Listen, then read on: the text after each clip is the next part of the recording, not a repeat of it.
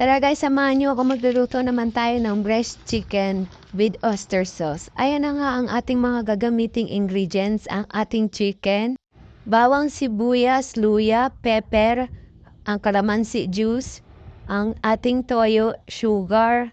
At yan na nga, imamarinate muna natin ang ating chicken sa sugar, soya, kalamansi juice, at konting bawang. At maglalagay din tayo ng oyster sauce. At yan, halo-haloin natin muna ang ating mga ingredients sa ating manok. At hayaan natin siyang marinade ng 30 minutes bago natin lutuin ang ating chicken. Masarap yan pa at malinamnam. At nakalimutan ko palang maglagay ng paminta, kaya sinunod ko na siya. At ayan, halo-halo natin ulit.